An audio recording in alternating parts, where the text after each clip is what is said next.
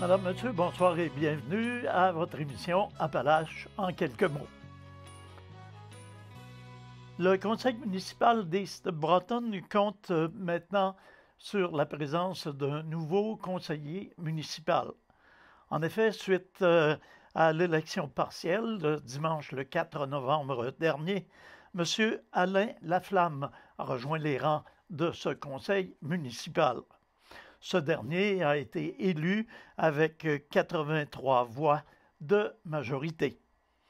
M. Laflamme a signalé qu'il désire s'investir dans les dossiers municipaux tels que les secteurs touchant les travaux publics, la gestion claire et transparente de la municipalité, la qualité de bien vivre à East Broughton et les projets pour les jeunes. Les dossiers à saveur économique auront également une importance capitale pour M. Laflamme. Les gens de Thetford, particulièrement, l'ont remarqué au cours de la fin de semaine. L'arrivée de novembre marque la fin du compte à rebours avant que l'hiver ne s'installe définitivement pour plusieurs mois. Ainsi, le ministère des Transports a finalisé au cours des dernières semaines sa préparation en vue de la prochaine période hivernale. Dans la région de Chaudière-Appalaches, comme dans toutes les régions québécoises, les camions de déneigement sont prêts à prendre la route, les entrepôts de sel sont pleins et le personnel est sur un pied d'alerte. Un seul mot d'ordre, dès les premières accumulations de neige, effectuer les opérations requises dans les délais prévus afin de permettre des déplacements efficaces et sécuritaires sur les routes sous la responsabilité du ministère. Par ailleurs, le ministère invite dès maintenant les usagers de la route à adapter leur conduite aux conditions hivernales. De plus, il leur recommande de s'informer des conditions routières en utilisant les différentes plateformes de Québec 511. Avant de prendre la route, il est nécessaire que son véhicule soit prêt à faire face à l'hiver avec pneus d'hiver, lave-glace et balais à neige et que l'on dispose du matériel requis afin d'assurer sa propre sécurité, à savoir vêtements appropriés, trousses d'urgence, bouteilles d'eau et barres de céréales. Quelques chiffres intéressants sur le territoire de la Direction générale de Chaudière-Appalaches. Le ministère entretient plus de 3200 kilomètres de routes, dépense 29 millions de dollars pour l'ensemble des opérations d'entretien hivernal, affecte près de 160 camions de déneigement aux opérations, utilise plus de 95 000 tonnes de sel, soit l'équivalent de 7 terrains de football recouverts d'1 mètre de sel, et finalement utilise plus de 105 tonnes d'abrasifs, soit l'équivalent de 11 terrains de football recouverts d'1 mètre d'abrasifs. Les membres du conseil d'administration de la Fondation Carrier-Fecteau, la fondation de la polyvalente de Thetford, sont heureux de souligner le don de 5 000 $ que les dirigeants d'Enfants Santé, M. Stéphane Quesnel et Ghislain Paquette, ont remis à la fondation. Écoutons Mme Claudia Vachon nous parler de ce don. Mme Vachon, qui est la directrice de la polyvalente de Thetford Mines. La Fondation Carrier-Fecteau est un organisme précieux pour la polyvalente de Thetford. Grâce à l'implication de ses membres, elle permet de faire une différence majeure dans notre école pour nos élèves. Parce que les administrateurs de la Fondation Carrier-Fecteau croient en notre belle jeunesse, ils n'hésitent pas à collaborer dans différents projets qui visent la persévérance scolaire, la réussite des élèves, qui mettent aussi en œuvre l'épanouissement des élèves au premier plan. Je tiens à les remercier de ce temps qu'ils investissent pour nos enfants. Nos élèves et notre personnel sont très sensibilisés à l'apport que la Fondation apporte à notre école. Merci d'y croire et merci de continuer à faire plus pour nos élèves d'année en année. Au tour maintenant de M. Gilles Rousseau, le président de la Fondation, de nous dire quelques mots. Au nom de la Fondation Carrier-Fecteau, je vous remercie de l'intérêt que vous portez à notre organisme et à l'école polyvalente de Thetford. Votre appui nous permettra encore une fois de remplir, comme il se doit, notre mission. L'événement que nous avons à communiquer aujourd'hui concerne un don de 5 000 $ que les dirigeants d'Enfants Santé, M. Stéphane Kennel et Ghislain Paquette, viennent de nous remettre. Ils sont représentés ce matin par Mme Audrey Sévigny, qui est du comité. La Fondation Carrier-Fecteau profite de l'occasion pour annoncer sa présence lors de la remise des bulletins les 15 et 16 novembre prochains. Nous voyons là un bon moyen de rencontrer tous les parents afin de recueillir des fonds auprès d'eux. Ainsi, des membres bénévoles de la Fondation Carrier-Fecteau seront présents dans le hall d'entrée de la polyvalente de Thetford lors de la remise des bulletins. Ce matin, nous avons Pierre Abrand de la Fondation qui est avec nous. Les autres, bien, je pense, sont au travail à la polyvalente.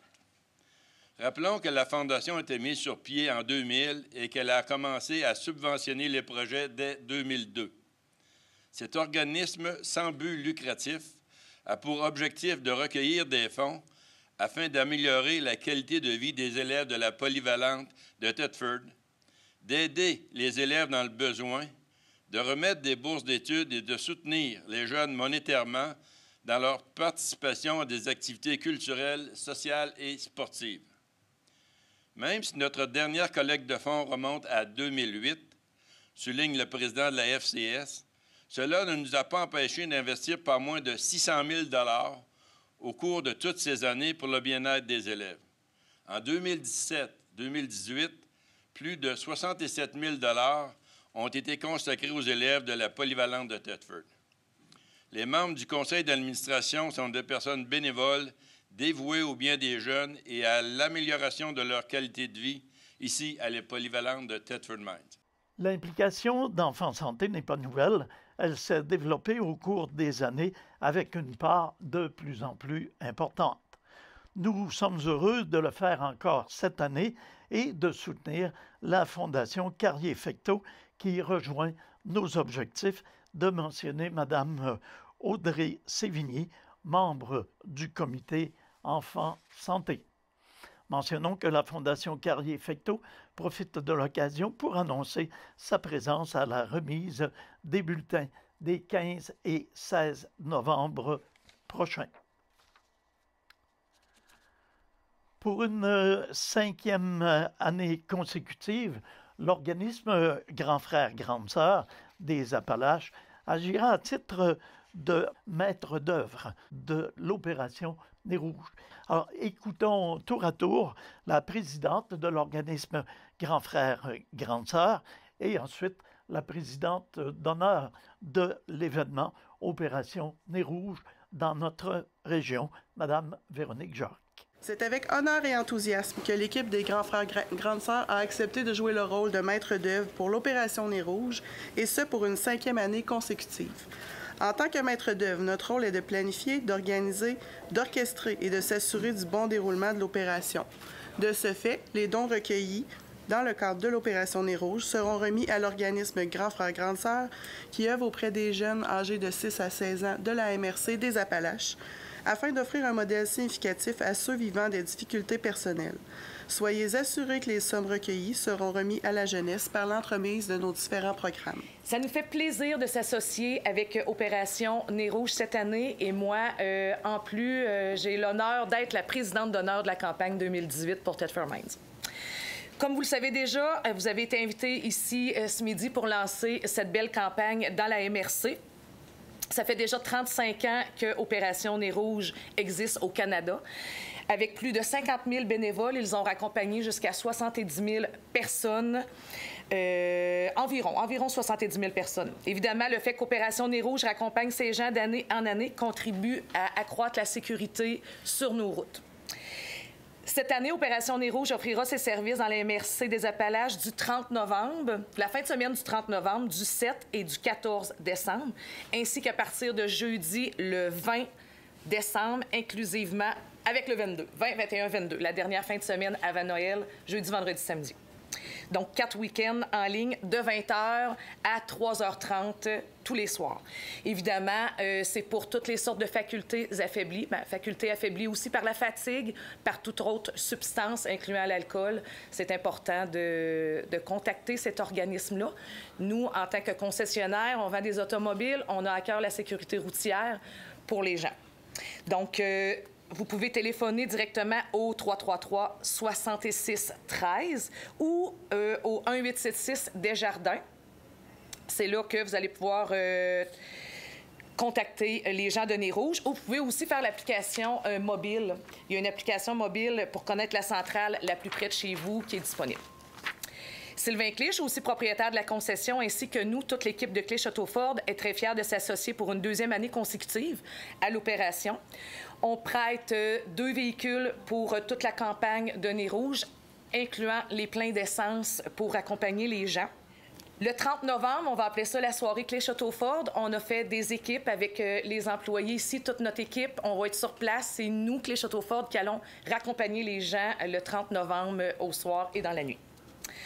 Pour qu'Opération Nez Rouge soit un succès encore une fois cette année, nous avons besoin de bénévoles. Vous pouvez vous inscrire seul, en équipe de 3 ou aussi avec des compagnies, faire des équipes avec vos compagnies. Vous pouvez vous inscrire directement sur le site www.opérationnezrouge.com ou en personne aux locaux des Grands Frères, Grandes Sœurs. En plus de poser une bonne action, lorsque vous vous inscrivez en tant que bénévole, vous courez la chance de gagner un voyage pour 2 en Belgique, gracieuseté de la brasserie Labatt. En prime, si vous vous inscrivez avant le 30 novembre, vos chances de gagner seront doublées. Fait que c'est quand même tous les bénévoles qui vont s'inscrire, ils courent la chance de gagner un beau cadeau. Ne vous inquiétez pas. Ce n'est pas parce que vous ne pouvez pas vraiment tout le monde vous impliquer à faire un soir chez Opération Nez Rouge qu'on ne peut pas contribuer autrement. En fait, c'est que les bénévoles qui font des nuits ont besoin aussi de recevoir des petites surprises, des petits cadeaux pour les remerciements de ces gens-là. Fait que vous pouvez vous impliquer en tant que compagnie, vous aussi, à apporter des petits cadeaux chez Grands Frères, Grandes Sœurs pour donner à tous ces bénévoles. On remercie aussi le IGA Saint-Pierre, qui a été fantastique, qui va collaborer à la contribution de tous les breuvages pour les bénévoles tous les week-ends de l'Opération Nez Rouge. Fait que ça va être une gracieuseté du IGA. Merci beaucoup. Toutes les informations vont se retrouver aussi sur notre page Facebook du Clich Auto Ford Thetford. Fait que vous allez pouvoir suivre ça. Puis, en bref, dans le temps des fêtes, ayez la meilleure idée de la soirée en utilisant les services d'Opération Nez Rouge. Opération Nez Rouge de la région de Thetford peut compter sur 2 partenaires provinciaux de toujours, à savoir la Société de l'assurance automobile du Québec et Desjardins. Alors, écoutons les 2 porte-paroles de ces organismes, à savoir Mme Guylaine Dubuc et Mme Cathy Roy. C'est le 35e anniversaire de l'Opération Nez Rouge. C'est aussi le 35e anniversaire du partenariat de Desjardins. On fait ensemble depuis 35 ans, depuis les débuts, pour améliorer la sécurité routière.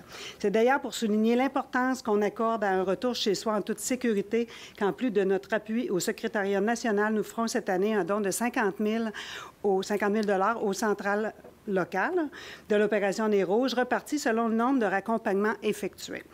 Ce geste nous semble d'autant plus important qu'il permet de redonner localement à la jeunesse et au sport. Vous savez que ça nous tient à cœur, les sports. Chez Desjardins, nous sommes préoccupés pour tout ce qui peut avoir un impact sur la capacité de rester concentré et alerte sur la route. En octobre, nous avons publié les résultats d'un sondage que nous avons réalisé auprès de plus de 3 000 Canadiens sur le sujet de la conduite avec les facultés affaiblies par les drogues. Sans surprise, on y apprenait notamment qu'une grande majorité de Canadiens, soit 86 %, se disent inquiets sur le sujet et que la plupart des répondants, 71 % craignent qu'avec la législation de la marijuana, il y ait davantage de conducteurs avec les facultés affaiblies sur nos routes. Le cannabis n'est évidemment pas la seule substance qui peut affecter la conduite. Comme le disait Mme Jacques tout à l'heure, il y a aussi la fatigue, il y a l'alcool, il y a les médicaments. Donc, Opération Nez Rouge sert à toutes ces facultés affaiblies-là qu'on peut avoir. C'est pour cela qu'avec les activités d'Opération Nez Rouge, On est partenaire depuis 35 ans parce qu'on trouve ça très important. Donc, nous aussi, la Société, ça fait 35 ans qu'on est partenaire avec Opération Nez Rouge, donc on en est très fiers. C'est un bonheur d'être parmi vous aujourd'hui et de représenter la SAAC dans cette 35e campagne. La SAAC est fière d'être partenaire d'Opération Nez Rouge depuis les tout débuts. Le partenariat est précieux et, sans contredit, a contribué à faire évoluer les mentalités et les comportements concernant la conduite avec les facultés affaiblies et à améliorer la sécurité sur nos routes depuis plus de 35 ans. Ce changement de mentalité, nous le devons aussi à l'action concertée de nos différents partenaires qui ont réussi au fil des ans à créer un fort consensus social sur la question. Aujourd'hui, 98 de la population estime qu'il n'y a aucune excuse de conduire avec les facultés affaiblies. Bien que l'attitude des gens à l'égard de l'alcool au volant ait beaucoup évolué depuis 35 ans, le travail doit encore se poursuivre. En effet, la conduite avec les facultés affaiblies par l'alcool demeure l'une des principales causes d'accidents au Québec. De plus, la légalisation récente du cannabis, comme en a parlé Mme Dubuc tantôt, nous impose une vigilance accrue. En effet, cette nouvelle réalité représente une préoccupation additionnelle pour la sécurité routière, car, comme l'alcool, le cannabis nuit à la conduite et augmente les risques d'accident. Pas de risque à prendre. Alcool, drogue, toute autre substance, on ne conduit pas. Bien que le bilan routier des dernières années se soit amélioré, 2017 a été une année plus difficile quant au nombre de décès et de blessés graves. Il importe donc de poursuivre notre travail en collaboration avec tous nos partenaires afin d'obtenir encore des gains. Petite statistique régionale, en Chaudière-Appalaches, de 2012 à 2016, il y a eu 91 décès où un prélèvement a été fait sur la personne décédée et de ça, 30,8 avaient un taux d'alcoolémie en haut de 0,08. Donc, on voit qu'il y a du travail de fait, mais il y a encore du travail à faire. Les Forces armées canadiennes ont ouvert un bureau d'information dans la région de Thetford Mines. Il s'agit du régiment de la Chaudière, dont les représentants étaient présents à Thetford Mines. Le sergent Jean-Sébastien Bergeron nous donne plus de précisions sur ce bureau d'information. Et le but principal aujourd'hui, c'est vraiment l'ouverture du bureau d'information de recrutement au niveau de la réserve. On sait que la région de Thetford Mines, c'est une grosse région qui est comme... Thetford Mines est dans le centre, puis on sait que Sherbrooke et Lévis, il y a des grosses agglomérations qui sont autour, puis on voulait en faire bénéficier la population qui était ici. Le but premier, c'est vraiment d'inviter la population à venir nous voir. On veut leur donner de l'information sur c'est quoi l'armée, c'est quoi la régulière, c'est quoi la réserve, c'est quoi les différents métiers qu'on offre aussi dans l'armée. Puis moi, je pense que c'est un sujet tabou, l'armée aussi. Il y a beaucoup de parents, des fois, qui viennent nous voir. « Hey, je savais pas que c'était comme ça, la réserve. Vous travaillez à temps partiel, vous offrez tel métier. » Mais ils ne sont pas obligés de rentrer à temps plein. Ils vont rentrer une fin de semaine par mois, un mardi soir. Moi, mon but, là, c'est que les étudiants, les familles, n'importe qui, vous venez nous voir. Nous, on est payés pour ça, pour répondre à vos questions. Nous, ce qu'on va faire, c'est que le bureau il va être ouvert du mardi au jeudi, de 13h à 20h. Le pourquoi qu'on a mis ce temps-là, c'est qu'on s'est dit, s'il y a des familles, des gens qui ne travaillent pas dans la journée ou qui peuvent se déplacer, ils vont se déplacer au courant de l'après-midi. Puis les étudiants, eux, par la suite, après les heures d'école ou de quoi, bien, ils vont pouvoir venir nous rencontrer. Nous, on va toujours avoir quelqu'un qui est recruteur, qui est capable de répondre aux questions à tous les gens qui vont venir. C'est vraiment un bureau d'information sur tout ce qui touche les forces armées canadiennes, que ce soit la régulière. Quelqu'un va venir nous voir. Moi, je veux rentrer dans la régulière. Je ne compterai pas de menterie. Je ne lui dirai pas que le régiment de la Chaudière est ici et qu'il devrait rentrer dans la réserve. Mon but, c'est tu veux rentrer dans la régulière, je vais te donner l'information qui touche la régulière. Tu veux devenir ingénieur, bien moi, je vais te dire qu'est-ce que les métiers peuvent t'offrir dans l'armée au niveau d'ingénieur. Si c'est l'infanterie que tu veux, je vais te parler de l'infanterie. C'est vraiment le but premier. Monsieur Éric Lessard, le directeur du Parc national de Frontenac, avait quelques nouvelles intéressantes à communiquer à la population. En effet, au chapitre de la croissance de fréquentation, le Parc national de Frontenac a dressé un bilan très positif de la dernière saison estivale. Alors, écoutons M. Éric Lessard qui nous parle tour à tour de cet accroissement de fréquentation et de l'impact de la réouverture de la plage Saint-Daniel. La belle nouvelle qu'on a à vous annoncer aujourd'hui, c'est celle-ci, c'est que le Parc national de Frontenac a connu en 2018 son record historique de fréquentation avec un achalandage de 114 400 jours visites. Alors, c'est un record historique pour le Parc national de Frontenac. Ce qui est aussi extrêmement intéressant, c'est de constater que quand on regarde la croissance de chacun des parcs nationaux du réseau Parc Québec en 2018 par rapport à 2017, on voit en fait la ligne la plus haute ici, là.